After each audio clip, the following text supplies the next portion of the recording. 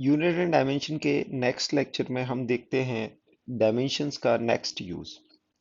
इस लेक्चर में हम डायमेंशंस का यूजेस देखेंगे। हमने इससे पहले लेक्चर में देखा था डायमेंशन का first use and then we are coming to the second use.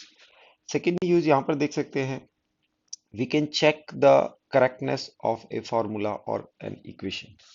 So we are given, यहाँ पर kinetic energy is given as half M v q, और एक फॉर्मूला गिवन है kinetic energy equals to half M we square.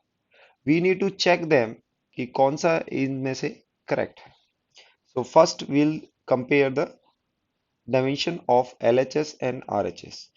So as we know कि kinetic energy का dimension होगा M L square T minus two. Okay, this is the LHS। RHS का अगर हम dimension देखेंगे half M V whole to the power 3। इसका अगर हम डायमेंशन देखेंगे, हाफ का पावर डायमेंशन नहीं होएगा, एम को हम एम से रिप्रेजेंट करेंगे और वेलोसिटी को हम L T minus one whole cube, इसका क्यूब रहेगा। So will get the dimension M L three T minus three. So this is the RHS। ये आपका RHS हो गया और ये आपका LHS। So you can clearly see ये LHS का डायमेंशन RHS के इक्वल नहीं है। So we can say LHS, dimension of LHS is not equals to dimension of RHS. So this equation is incorrect. Second equation की अगर हम बात करें, so we are given kinetic energy. Kinetic energy की dimension होगी ml square t minus two. Half M we square की dimension हम निकाल सकते हैं। हाफ एम वी स्क्वायर की m को हम m से रिप्रेजेंट करेंगे और वेलोसिटी को हम L T minus one whole square. इसको कैलकुलेट करेंगे तो आपको मिल जाएगा M L square T minus two. This is RHS। ये RHS की डायमेंशन हो गई, ये LHS की डायमेंशन हो गई, और हम देख सकते हैं दोनों इक्वल है। The dimension of LHS equals to dimension of RHS. So we can say equation kinetic energy equals to half mv square is dimensionally correct. We cannot say this factor is correct or not, क्योंकि हम constant को नहीं identify कर सकते हैं। So it is dimensionally correct. So the equation which is dimensionally incorrect is must be incorrect. जो यहाँ पर ये इक्वेशन दे रखी है और हमें इसका पता करना है कि ये करेक्ट है या इनकरेक्ट है। तो हम क्या करेंगे, हमारे स्टेप्स होंगे LHS की डायमेंशन और RHS की डायमेंशन पता करने के लिए। तो यहाँ पर LHS में P आपका प्रेशर डिफाइन कर रहा है, F stands for force, V stands for velocity, T stands for time, and X distance। ये नोटेशन है। तो यहाँ पर देखेंगे ये इक्वेशन इनकरेक्ट है या करेक्ट है। तो LHS की हम डायमेंशन की बात करें, LHS इज द प्रेशर, और प्रेशर होता है force upon area. So MLT minus two divide by L square, it will come out to be L minus 1 T minus 2। Okay, so RHS की dimensions की बात करें हम, RHS में हमारे पास हो जाएगा F V square over pi square T square X. इसकी हम लेंगे डायमेंशन। तो ये 3 और पाई की कोई डायमेंशन नहीं होगी क्योंकि ये दो डायमेंशन लेस नंबर है। So it will help, this is F V square over T square X. अब हम f की डायमेंशन लिखेंगे M L T minus two, v की डायमेंशन होगी L T minus one whole square, this is T square and this is l। Solve करेंगे, l से l cancel हो जाएगा। Okay, then you will have m and this is L square, आप यहाँ पर इसको स्क्वायर करेंगे तो एल स्क्वायर आएगा, टी को स्क्वायर करेंगे टी की पावर -2 एंड -2 -4, टी की पावर -4 आने वाली है, और ये टी स्क्वायर। तो आप देखेंगे you will get M L square T to the power -6. This is RHS. Now you can say LHS dimension is not equals to RHS dimension. RHS dimension. So we can say this equation is incorrect.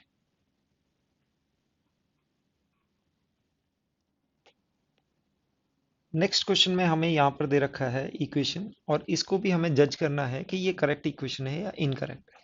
तो हमारा method क्या रहेगा कि LHS और RHS की dimension को equate करेंगे। If they are equal, RHS dimension हम कैलकुलेट करेंगे, if they are equal then it's okay, यानी कि ये सही है। तो यहाँ पर हम नोटेशन बता दें, रो आपका डेंसिटी है, okay, and v is the velocity, a is the area, r is the radius जो कि लेंथ होगा, और ये ln के अंदर m is the mass, and ये आप देखेंगे RHS में ये लॉग के अंदर ये टर्म है। तो लॉग के अंदर कोई भी टर्म होता है एक नंबर होता है, पहली बात।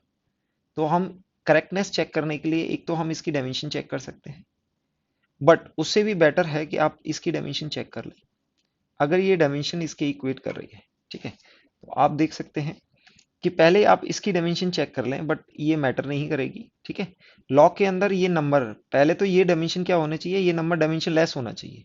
अगर ये डायमेंशन लेस नहीं है तो ये इक्वेशन इनकरेक्ट है, ठीक है, क्योंकि ये टर्म डायमेंशन लेस होना चाहिए तभी ये लॉग के अंदर जा सकता है, क्योंकि लॉग हम एक नंबर का लेते हैं, कभी फिजिकल क्वांटिटी का नहीं लेते हैं। तो देख लेते हैं पहले रो एम बाई ए स्क्वायर, इसकी डायमेंशन कैसी होती है चाहिए, ये वाली। तो रो को हम लिख सकते हैं मास पर यूनिट वॉल्यूम, यानी कि ml-3, ये हो सकती है, मास से मल्टीप्लाई कर दिया, ओके।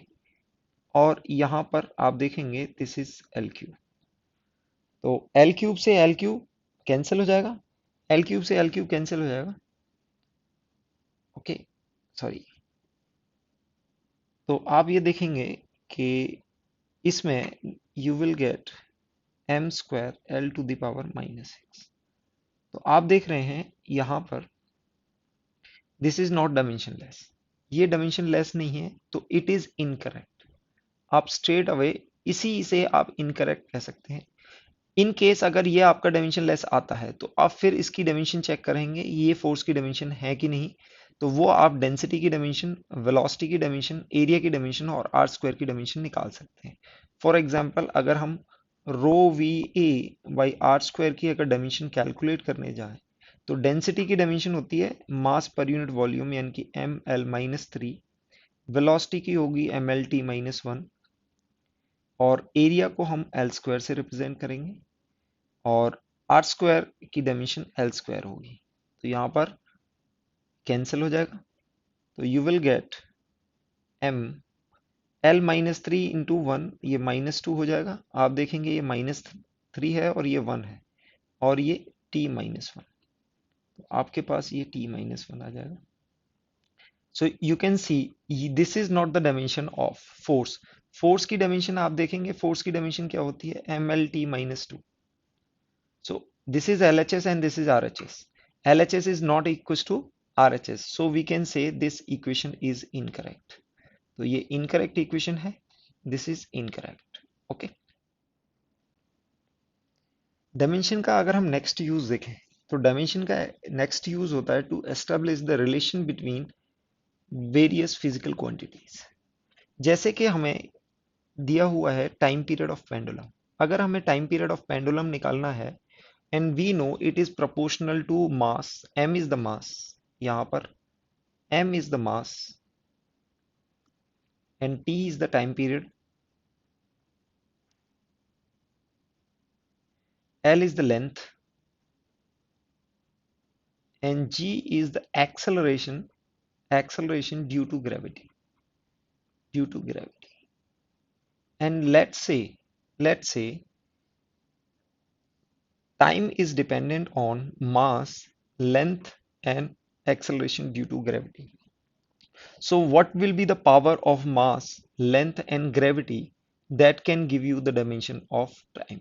ओके, यानी कि ये टाइम मास की किस पावर के प्रोपोर्शनल होगा, लेंथ की किस पावर के प्रोपोर्शनल होगा, और एक्सेलरेशन ड्यू टू ग्रेविटी की किस पावर के, यानी कि हमें टाइम और ये तीन क्वांटिटीज के बीच में कोरिलेशन फाइंड आउट करना है। तो हम with the help of dimension we can find out. Okay, so what we will do, हम क्या करेंगे, टाइम को हम मान लेंगे it is equal to some constant m to the power a, l to the power b and g to the power c। यहाँ पर हमारा नेक्स्ट स्टेप होगा, will find the dimension of LHS। कोई भी इक्वेशन को equal होने के लिए उसकी LHS और RHS की डायमेंशन इक्वल होनी चाहिए। तो हम देख सकते हैं LHS की डायमेंशन है t। Okay, this is LHS। RHS की अगर हम बात करें, RHS इज m to the power a, l to the power b and acceleration can be written as mlt minus 2 to the power c। Okay, तो आप यहां पर देखेंगे you will get m to the power a, l to the power b and l to the power यहां पर c भी आएगी। आप इसको whole to the power c है तो ये l की पावर c होगी, l to the power b and l to the power c and you will get l to the power b plus c। okay, and t to the power minus 2c। okay, from if you compare t to the power 1, इन दोनों को आप compare करते हो, if you compare you will get a equals to 0 and here m to the power 0 and l to the power 0, so l to the power 0 equals to b plus c, यानी कि b plus c की equal क्या होना चाहिए, 0 होना चाहिए। a भी 0 और b plus c 0 है। थर्ड इक्वेशन क्या आएगी आपका, -2c equals to 1। तो यहाँ पर c की वैल्यू क्या आनी चाहिए, -½ आ जाएगी। c की वैल्यू आप -½ करेंगे और b plus C equals to 0, इस कोरिलेशन से you will get b equals to ½ so you will get a equals to 0, b equals to ½ and c equals to -½ so you can relate आपका time period क्या हो जाएगा, आप यहां पर कर सकते हो, time period will be mass to the power 0 तो कुछ k कांस्टेंट, लेंथ की पावर क्या हो जाएगी, लेंथ की पावर ½ एंड g की पावर c यानी कि -½ आप ऐसे कर सकते हैं, you can say that time period is k constant l to the power ½ g to the power whole to the power ½ इस तरह से आप रिलेट कर सकते हैं। सो आपको टाइम में, लेंथ में, मास में और एक्सेलरेशन ड्यू टू ग्रेविटी में रिलेशन मिल गया है। यहां पर मास रिफ्लेक्ट नहीं होगा क्योंकि हमें a की वैल्यू क्या मिली है, 0 मिली है। नेक्स्ट क्वेश्चन में दिया हुआ है frequency of stretch string. f क्या रिप्रेजेंट कर रहा है यहां पर, f आपका फ्रीक्वेंसी है, f is the frequency, l is the length and mu is the mass per unit length। so frequency is related to the tension, length and mass per unit length। हमें इन चार quantities के बीच में relation, यानी कि frequency force यानी कि tension, length और मास per unit length की किस पावर के प्रोपोर्शनल है। अगर इनमें एक फॉर्मूला बनता है तो इनमें कोरिलेशन किस तरह का होगा। तो हम बोल सकते हैं frequency is equals to proportionality constant k, f to the power a, f is the tension, l to the power b and mu to the power c। So you know frequency क्या होता है, frequency की dimension होती है 1/t, that is t to the power -1। तो आप देखेंगे LHS में इसकी डायमेंशन क्या आ जाएगी, -1। इनकी डायमेंशन लेंगे हम, कांस्टेंट की कोई डायमेंशन नहीं होगी तो हम बोल सकते हैं दैट इज f को हम लिख सकते हैं mlt-2, ये हमने, और whole to the power a, length की पावर b है, मास पर यूनिट लेंथ को क्या लिखेंगे, m/l to the power c। Okay, इसको हम देखो यहां पर m की पावर a आएगी, l to the power a, t to the power -2, l to the power b और यहां पर m to the power c और l to the power minus c आएगी। तो आप देखेंगे ये l ऊपर जाएगा तो इसकी पावर -1 हो जाएगी, c से मल्टीप्लाई होगा तो माइनस सी हो जाएगी। तो आपको इस टर्म से ये मिला है l to the power b, और ये टर्म आपको ये देगा। अब आप m की टोटल पावर देखेंगे तो a प्लस सी हो जाएगी। l की पावर टोटल देखेंगे, this is a plus B minus C, t to the power -2a, you can say, and t to the power -1। LHS RHS को इक्वेट करेंगे तो आपको a की पावर हाफ मिलेगी। First of all a plus C equals to 0, a की power half है तो यहां से आपको c की पावर -हाफ मिल जाएगी। तो आप यहां पर देख सकते हैं a plus b minus C is also 0। यहां पर देख सकते हैं l, यहां पर LHS में l नहीं है तो ये पावर l की 0 होनी चाहिए, ये भी 0 होनी चाहिए। ठीक है, तो हमें a की वैल्यू पता है, c की वैल्यू पता है, b की वैल्यू निकालनी है। So we can say that a plus b equals to c। So a is half plus b is equals to -half. तो आप देखेंगे b की वैल्यू क्या आ जाएगी, -1। b की वैल्यू आ जाएगी। Okay, so we can say that a की वैल्यू हाफ, c की वैल्यू -हाफ, b की value -1। So we can say that tension equal frequency equals to कुछ k times f to the, यानी कि tension की power a, f to the power a, l to the power b and mu to the power c। तो it can be written as, अब हमारे पास a की value है half, यानी कि f की पावर हाफ, l की पावर b, l की पावर -1, म्यू की पावर c यानी कि -हाफ। आप इसको लिख सकते हैं k, l की पावर 1 को l, और इसको आप f बाई म्यू लिख सकते हैं। तो आप देख सकते हैं फ्रीक्वेंसी का रिलेशन कुछ इस तरह से होगा। Frequency can given as k times k by l root of f by mu. ये हमने f की पावर हाफ और म्यू की पावर -हाफ को कुछ इस तरह से लिखा है। तो आप यहाँ पर फ्रीक्वेंसी, लेंथ, फोर्स और मास पर यूनिट लेंथ के बीच में रिलेशन निकाल सकते हैं। ओके, नेक्स्ट क्वेश्चन में दिया हुआ है frequency of a closed pipe. यहाँ पर natural frequency of closed pipe की बात कर रहे हैं। So this is related with length of pipe, density of air and pressure. L is the length, rho is the density and P is the pressure. और ये आपकी क्या है, फ्रीक्वेंसी है। F is the frequency. Okay, so again we will write कि frequency is equals to k times L to the power a, rho to the power b and pressure to the power c।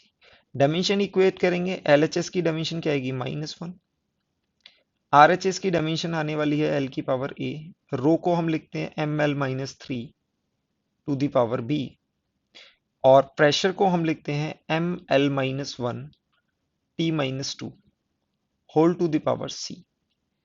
इसको आप simplify करके लिखेंगे, LHS में आएगी t की power -1, RHS में आप देखेंगे L की पावर a, और यहाँ से L की पावर -3 भी आएगी, और यहाँ से L की पावर -c आएगी, और यहाँ से m की पावर 0 आएगी, सॉरी b आएगी, और m की पावर c आएगी।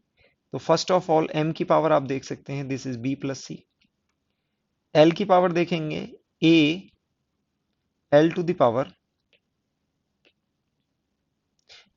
पावर a, यहां से -3 भी आएगी, और यहां से -c आएगी। So you can write -3b -c, and t to the power आपको सिर्फ थर्ड ब्रैकेट से मिलेगी -2c।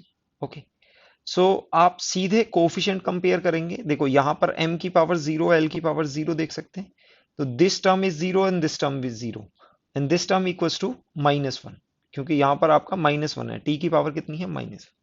तो first of all you will get c की पावर आपको स्ट्रेट फॉरवर्ड मिल जाएगी, that is half. c equals to half मिलेगी, 2c इक्वल्स टू 1 आ जाएगा, and c equals to half आ जाएगा। Very good. अब हम बोल सकते हैं b plus c is equals to 0। b plus c is equal to 0, so b equal to minus c, और b की वैल्यू आपको माइनस हाफ मिल जाएगी। अब हम बोल सकते हैं ये a minus 3b minus C is equal to 0, so we you can say a minus C equal to 3b। b की वैल्यू हम बोल सकते हैं a माइनस, a की वैल्यू हम निकाल सकते हैं, यहां से a की वैल्यू हम निकाल सकते हैं। a can be written as 3b plus c. 3b will be minus 3 by 2 and plus half. So it will give you minus 1. So a equals to आपका आ जाएगा a equals to minus 1. तो आप यहाँ पर फ्रीक्वेंसी, नेचुरल फ्रीक्वेंसी निकाल सकते हैं। So frequency can be given as l to the power a, यानी कि l की पावर माइनस 1 हो जाएगी। डेंसिटी, डेंसिटी यानी कि डेंसिटी की पावर कितनी थी b, डेंसिटी की पावर आप देखेंगे b होगी, तो यहां से आप लिख सकते हैं डेंसिटी की power minus half, okay, and pressure की पावर c, यानी कि प्रेशर की पावर हाफ। तो आप इसको ऐसे लिख सकते हैं, this is k times which can be k by L again, and this is pressure upon density. इसको आप इस तरह से रूट करके लिख सकते हैं। तो आपको फ्रीक्वेंसी और लेंथ, डेंसिटी और प्रेशर के बीच में रिलेशन आ जाएगा। यहाँ पर ये प्रीवियस ईयर क्वेश्चन सीरीज में हम देखते हैं, यहाँ क्वेश्चन में पूछा हुआ है frequency of vibration of a mass suspended from a spring constant k is given by relation f into some constant m to the power x and k to the power y। यानी कि यहाँ पर m क्या represent कर रहा है, आपका मास represent कर रहा है, और k क्या रिप्रेजेंट कर रहा है, that is spring constant, spring constant. Okay, तो बच्चों को मैं बता देता हूँ स्प्रिंग कांस्टेंट कैसे रिलेट होता है, कि F इक्वल्स टू के एक्स बोलते हैं स्प्रिंग के लिए। तो स्प्रिंग कांस्टेंट होता है F बाई एक्स, यानी कि फोर्स बाई लेंथ की डायमेंशन होती है स्प्रिंग कांस्टेंट की। सो दे आर आस्किंग कि frequency is related to mass and spring constant, तो करस्पॉन्डिंगली आपकी एक्स और वाई की कौन सी वैल्यूज होंगी। तो इसको देख लेते हैं अब फॉर्मूले से। Frequency can be written as a m to the power x k to the power y। तो हम क्या करेंगे, डायमेंशन एनालिसिस से फ्रीक्वेंसी का लिख देंगे t की पावर माइनस 1, a कांस्टेंट का कुछ नहीं होगा m to the power x, और k को हम लिखेंगे फोर्स, फोर्स का क्या होगा mlt माइनस 2 ओवर लेंथ, ये हो जाएगा, और इसकी क्या होगी, इसकी पावर y। तो आप देखेंगे यहाँ से l तो कैंसिल हो जाएगा, l will cancel out, so ये that will give you m to the power x, और दूसरे ब्रैकेट से m की पावर y आएगी, तो दैट इज m की पावर टोटल हो जाएगी x प्लस y, और यहाँ पर t की पावर माइनस 2y। तो आप देखेंगे माइनस 2y इक्वल्स टू, आप कोफिशिएंट कंपेयर करेंगे, t का कोफिशिएंट कंपेयर करेंगे, तो आपको y की वैल्यू मिल जाएगी यहाँ से हाफ। कैसे करेंगे, minus 1 equals to minus 2y, तो y की वैल्यू हाफ हो जाएगी। अब दूसरा हम बोलेंगे कि m की पावर LHS में 0 है, यानी कि राइट में RHS में भी m की पावर क्या होनी चाहिए, 0 होनी चाहिए, तो यानी कि x प्लस वाई आपका क्या होना चाहिए, 0 होना चाहिए। तो आपको y की वैल्यू ऑलरेडी पता है, तो x की वैल्यू क्या हो जाएगी, minus Y, that is minus half. तो x इज minus half and y is half. तो आप देखेंगे सी ऑप्शन में x आपका हाफ है और y क्या है, सॉरी डी ऑप्शन होगा, x की वैल्यू माइनस हाफ होगी और y की वैल्यू आपकी हाफ होगी, तो that will be the D option.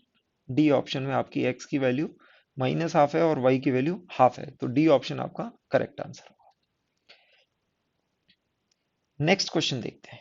यहाँ पर एक क्वेश्चन पूछा हुआ है, बहुत ही अच्छा क्वेश्चन है। इस टाइप के हमें जेई मेंस में देखने को क्वेश्चन मिलते हैं, बट ये नीट का क्वेश्चन है, बट ये थोड़ा सा इजियर वर्जन है, तो हम देखते हैं इसको कैसे करते हैं। यहाँ पे क्वेश्चन बोला हुआ है फोर्स, वेलोसिटी और time are taken as a fundamental units. अगर आप फोर्स, वेलोसिटी और टाइम को फंडामेंटल यूनिट लो, तो मास की डायमेंशन क्या होगी। तो बच्चों इसको भी हम जैसे करते आए हैं ना, to find the relation between different physical quantity, उसी मेथड से टिकल करेंगे।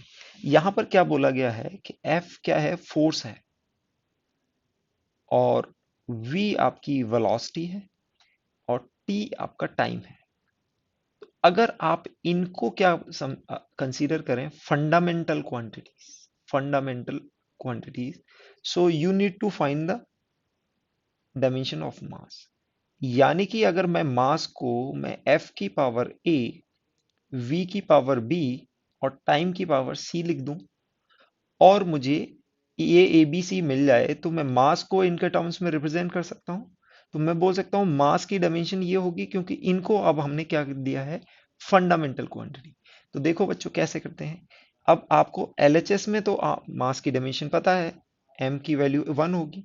अब क्या करेंगे, हम फोर्स को हम बेसिक डायमेंशन पर जाएंगे। This is M L T minus two. Force की डायमेंशन को हम ये लिख देंगे ए, वेलोसिटी को L T minus one whole to the power B and time की पावर सी। अब हम टोटल पावर देखेंगे तो m की पावर क्या आएगी, a, l की पावर फर्स्ट ब्रैकेट से a आएगी, सेकंड ब्रैकेट से b आएगी, तो a प्लस बी। t की पावर फर्स्ट ब्रैकेट से minus two A, second bracket से minus B and third bracket से c, and this is m। So you can see this is m की power 1, l power 0 and t की power 0। so you can say a is equals to 1 where a plus b, a plus B क्या होना चाहिए, आपका 0 होना चाहिए। तो b की वैल्यू माइनस ए आ जाएगी, that is equal to minus one. तो आप देखेंगे b की वैल्यू माइनस वन आ गई है। और यहाँ पर देखेंगे minus two A minus B plus C equals to 0। तो यहाँ पर आपको c की वैल्यू क्या मिलेगी, c equals to 2a plus B. a की वैल्यू आपको पता है 1 है, तो ये हो जाएगा 2, और this is minus one, B की वैल्यू माइनस वन है, तो ये आपको मिल जाएगा 1। तो यानी कि c की वैल्यू भी क्या आ गई है, 1। a की वैल्यू 1, b की वैल्यू माइनस वन और c की वैल्यू 1। तो आप मास को और तीनों क्वांटिटीज को आप रिलेट कर सकते हो। Mass can be written as f to the power 1, v to the power minus 1 and t to the power 1. It can be written as ft by v, can be written as mass। तो आप मास को और ये तीन quantities को लिख सकते हो। तो यू कैन राइट मास की dimension f t into v minus one. तो आप देख सकते हैं सॉल्यूशन में f t into v minus one कौन सा होगा, आपका ऑप्शन ए हो जाएगा। Sorry, f t into v minus one, d option होगा, f t into v minus one. तो आपका ए ऑप्शन नहीं होगा, आपका डी ऑप्शन होगा। तो इस तरह से इस आंसर को निकाल सकते हैं। ये क्वेश्चन बच्चों जेई में पूछा हुआ क्वेश्चन है।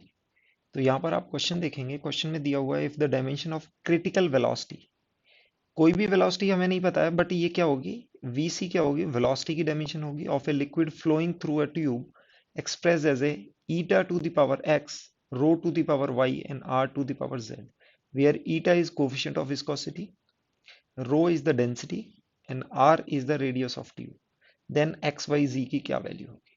तो बच्चों उसको सेम सिंप्लीफाइड इसी मेथड से करना है। आपने क्या करना है, vc यानी कि critical velocity is given as eta to the power x, rho to the power y and r to the power z। One by one आपको x y z की वैल्यू निकालनी है और मैच करनी है। तो आप देखेंगे LHS की डायमेंशन क्या होगी, L T minus one, velocity की डायमेंशन होगी। RHS में अच्छा बच्चों, आप ना ईटा की डायमेंशन हमने प्रीवियस लेक्चर्स में निकाल रखी है। तो हमारी ईटा की डायमेंशन होती है m L minus one t minus one. तो ईटा की डायमेंशन को आप लिख देंगे m L minus one t minus one whole to the power x. Rho की डायमेंशन होती है मास पर यूनिट वॉल्यूम, यानी कि M L three minus M L minus three to the power Y, और आर क्या होता है, डिस्टेंस होता है इसकी power Z. One by one compare करेंगे तो मास यहाँ पर आप देखेंगे m की पावर 0, l इंटू टी की power minus one. R H S में आप देखेंगे तो m की पावर क्या आएगी टोटल, m यहाँ पर x आएगा और यहाँ पर y आएगा, देन के x plus Y. Okay, l to the power देखेंगे तो माइनस एक्स फर्स्ट ब्रैकेट से आएगा, सेकंड ब्रैकेट से 3y, थर्ड ब्रैकेट से z, और आप t की power minus x first bracket से आएगा और सेकंड ब्रैकेट से कुछ नहीं आएगा और थर्ड ब्रैकेट से कुछ नहीं आएगा। तो हमारे लिए सबसे इजी निकालना है x। तो हम x को we can tell that x is straight away क्या होगा बच्चों, x की वैल्यू 1 आ जाएगी, क्योंकि यहाँ पर t की पावर कितना है, -1 है, this is minus X, x must be equals to 1। x की वैल्यू आने के बाद आप देखेंगे x प्लस वाई की वैल्यू 0 है, तो y की वैल्यू आप सिंपली निकालोगे -1, क्योंकि x प्लस वाई 0 है। यहाँ पर x प्लस वाई को आप 0 के से इक्वेट करोगे, x की वैल्यू पता है, आप y की वैल्यू निकाल दोगे, -1 आ जाएगी। x की वैल्यू y की वैल्यू आने के बाद z की वैल्यू निकालोगे, तो आप देखेंगे यहाँ पर l की वैल्यू कितनी है, 1, तो ये होनी चाहिए 1, यानी कि -x -3y plus z must be equals to 1, यानी कि आपकी z की वैल्यू क्या होनी चाहिए, 1 प्लस x प्लस 3y, यानी कि z x कितना है बच्चों, 1 है, 3y कितना होगा, -3 हो जाएगा, तो you will get this -3 1, okay, so you will get 2 minus 3 that is equals to -1, यानी कि z की वैल्यू भी आपकी -1 हो जाएगी, तो z equals to -1। तो आप ये देखेंगे कि ये पेयर आपको कहाँ मिल रहा है, x equals to 1, y and z equals to -1, तो आपका थर्ड ऑप्शन हो जाएगा आंसर। ये एक अच्छा क्वेश्चन है, नीट 2017 में क्वेश्चन पूछा गया है। अगर इसको हम कन्वेंशनल मेथड से करते हैं तो ये क्वेश्चन काफी लेंथी हो जाता है, ये काफी ट्रिकी क्वेश्चन था। तो आइए इसको कैसे टैकल करते हैं, पहले क्वेश्चन पर नजर डालते हैं।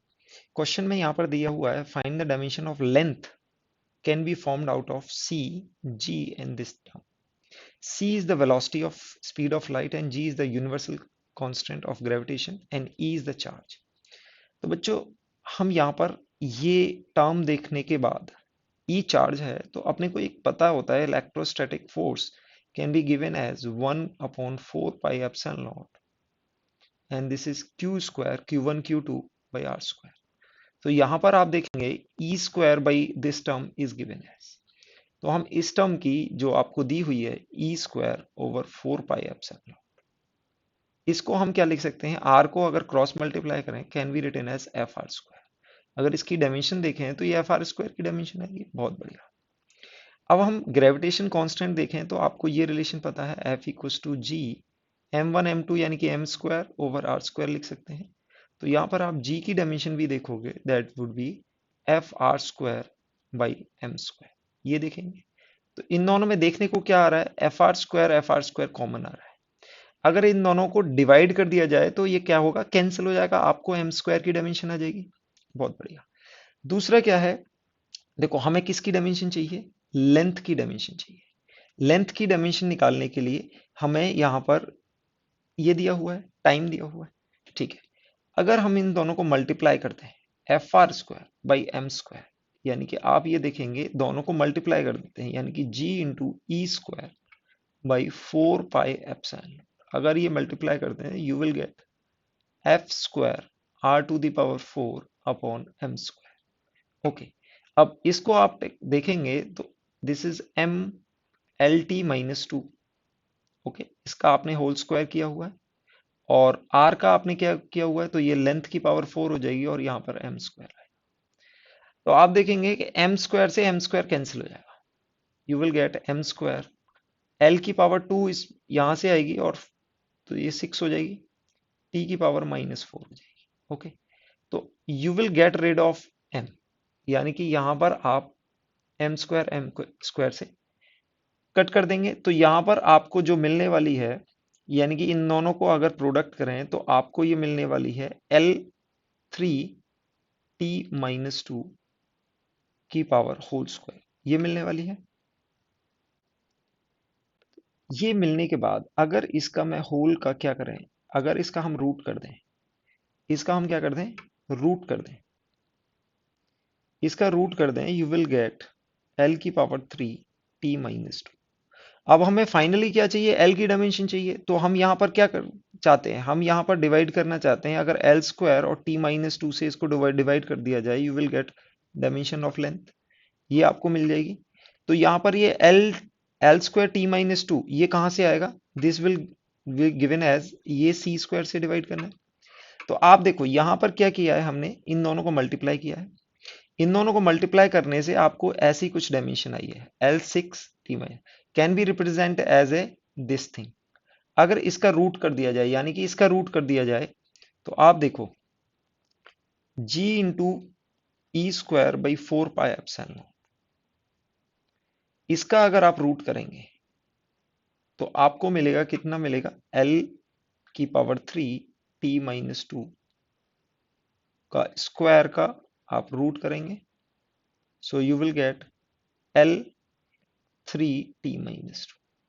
अगर आप इसको सी स्क्वायर से डिवाइड कर देते हैं, आप पूरे को सी स्क्वायर से डिवाइड कर देते हैं, तो आपको मिलेगा एल की पावर 3 t - 2 ओवर सी स्क्वायर क्या होगा, एल स्क्वायर t - 2, क्योंकि सी क्या है, वेलोसिटी है। आपको कैंसिल होके you will gate, everything will cancel out और आपको लेंथ की डायमेंशन आएगी। आप इसको अगर कन्वेंशनल तरीके से पावर ए बी सी में जाते हो तो आप एप्सिलॉन नॉट की जैसे ही आप डायमेंशन लिखोगे तो ये बहुत लेंदी हो जाएगा और इतने टर्म आ जाएंगे कि आपको सॉल्व करने में काफी टाइम लग जाएगा और दिक्कत होगी। तो आप यहां से आप हेल्प ले सकते हैं कि इन दोनों में क्या आ रहा है, एफ आर स्क्वायर आ रहा है, यहाँ पर भी एफ आर स्क्वायर है, एफ आर स्क्वायर है। आप ये देखेंगे यहाँ पर लेंथ की डायमेंशन चाहिए, सी के अंदर मास है नहीं, तो सी से हमने ये देखो यहाँ पर 1/c किया हुआ है, 1/c² 1/c²। तो इन ऑप्शंस में से देखेंगे यहाँ ये मल्टीप्लाई किया हुआ है, रूट किया हुआ है। तो आप ऑप्शन से भी आइडिया लगा सकते हैं कि किस तरह से हमने किया होगा। तो आप इनको डिवाइड करके देख सकते हैं, डिवाइड में क्या होगा, मास कैंसिल नहीं होगा, और मास को आप सी से कैंसिल कर नहीं सकते क्योंकि सी में क्या होता है, मास का टर्म नहीं होता। तो आप क्या करेंगे, दोनों को मल्टीप्लाई करेंगे और रूट करेंगे, तो उससे क्या होगा कि आपका मास का टर्म कैंसिल हो जाएगा और आपको इस तरह से ये मिल जाएगा। इसको सी स्क्वायर से डिवाइड करेंगे तो फाइनली आपको एल की डायमेंशन आ जाएगी। तो आपका करेक्ट आंसर क्या होगा, डी। ये नीट में बहुत अच्छा क्वेश्चन पूछा गया था, जनरली ऐसे क्वेश्चन जेई मेंस में। अगेन आपका ये जेई का क्वेश्चन है, देखो ये क्वेश्चन थोड़े से ट्रिकी हो जाते हैं। यहाँ पर दिया हुआ quantity F is given by this term, H is the Planck constant, C is the speed of light and G is the gravitational constant. और आपको पूछा गया है डायमेंशन ऑफ एफ बताइए, is that of area, momentum, energy और volume, ये क्या होगी। तो एच प्लैंक कांस्टेंट है बच्चों, एच को हम, एच की डायमेंशन एंगुलर मोमेंटम यानी कि एम वी आर के बराबर होती है, और सी तो हमारा स्पीड होता है, उसको वी की डायमेंशन के इक्वल रख सकते हैं, और जी को अभी मैंने आपको बताया, इसको आप F are square by M square से रिप्लेस कर सकते हैं, इन दोनों की डायमेंशन सेम होती है। तो आइए इसको कैसे टैकल करते हैं। यहाँ आपको दिया हुआ f equals to h c to the power 5 into g, इसका रूट। तो पहले हम h c to the power 5 को देखेंगे, एच को हम एम वी आर से रिप्लेस कर दें और v को हम v की पावर 5 बोल सकते हैं और g को हम f are square by M square से रिप्लेस कर सकते हैं। This is h c to the power 5 by g, ये है। आप इसको फर्दर सॉल्व करेंगे, आप फर्दर सॉल्व करेंगे तो आपको क्या मिलेगा, देखो m v to the power 5 है तो मैं v स्क्वायर को कॉमन ले लूंगा, v की पावर 6 होगी, v to the power 4, r को यहाँ लिख दिया, और आप इस एफ आर को सिंपल लिखेंगे, आर को आप सेपरेट कर लेंगे और m ऊपर जाके ये m की पावर m स्क्वायर हो जाएगा। अब आप इसको देखिए, this is the dimension of energy and this is the dimension of work done, ये दोनों सेम है, ये कैंसिल हो जाएंगे, r से r कैंसिल हो जाएगा, तो ये आ जाएगा आपका v टू दी पावर 4 और m square, this is m square into V to the power 4। अब ये आ गया, इसका भी आपको रूट करना है, this is m square into V to the power 4, इसका आप रूट करेंगे तो आपको डायमेंशन मिलेगी एम वी स्क्वायर। और बच्चों ये हमें पता है ये किसकी डायमेंशन होती है, एनर्जी की डायमेंशन होती है, तो आपका ये आंसर हो जाएगा एनर्जी। अच्छा, इसको हम अगर कन्वेंशनल तरीके से हम जाएंगे, एच सी जी इनकी अगर हम डायमेंशन लिखेंगे तो इसमें काफी लेंदी क्वेश्चन हो जाता है, रेदर देन आप इस तरह से इसको शॉर्ट ट्रिक से टैकल कर सकते हो। आगे हम देखते हैं कि ये जो हमने मेथड स्टडी किए हैं इनकी क्या लिमिटेशंस हैं, dimension, limitations of dimension analysis. इसकी लिमिटेशन ये है कि आप कांस्टेंट को प्रिडिक्ट नहीं कर सकते। जैसे हम ये रिलेशन देखा तो यहाँ पर k को आप नहीं निकाल सकते हैं कि k की क्या वैल्यू आएगी। अगर फिजिकल क्वांटिटी है तो उसकी पावर आप निकाल सकते हैं, रिलेशन निकाल सकते हैं, लेकिन constant you can not identify. Okay, दूसरा, अगर ट्रिग्नोमेट्रिक, लॉगरिथमिक और एक्सपोनेंशियल टर्म्स हैं तो वो क्या होता है, वो कांस्टेंट की तरह बिहेव करते हैं, न्यूमेरिकल वैल्यू है, उनको आप आइडेंटिफाई नहीं कर सकते हो कि इस टर्म में कहीं लॉगरिथमिक, ट्रिग्नोमेट्रिक और एक्सपोनेंशियल टर्म है या नहीं। तीसरे लिमिटेशन आती है कि अगर तीन क्वांटिटीज के बीच में अगर रिलेशन है यानी कि अगर आपका एलएचएस में एमएलटी आ रहा है और आरएचएस में आपकी फिजिकल क्वांटिटी 4 आ रही हैं, तो आपकी सिर्फ एम एल और टी के लिए 3 रिलेशन बनेंगे, तो आप सिर्फ 3 इक्वेशन आइडेंटिफाई कर सकते हो। 3 इक्वेशन आइडेंटिफाई करने की वजह से आप सिर्फ ए बी सी यानी कि 3 वेरिएबल की वैल्यू निकाल सकते हो। अगर आपके फॉर्मूले में 4 क्वांटिटी अवेलेबल हैं या फिर मोर देन 3 हैं, so you cannot identify the power of more than 3 physical quantities. So these are the limitation of our dimensional analysis.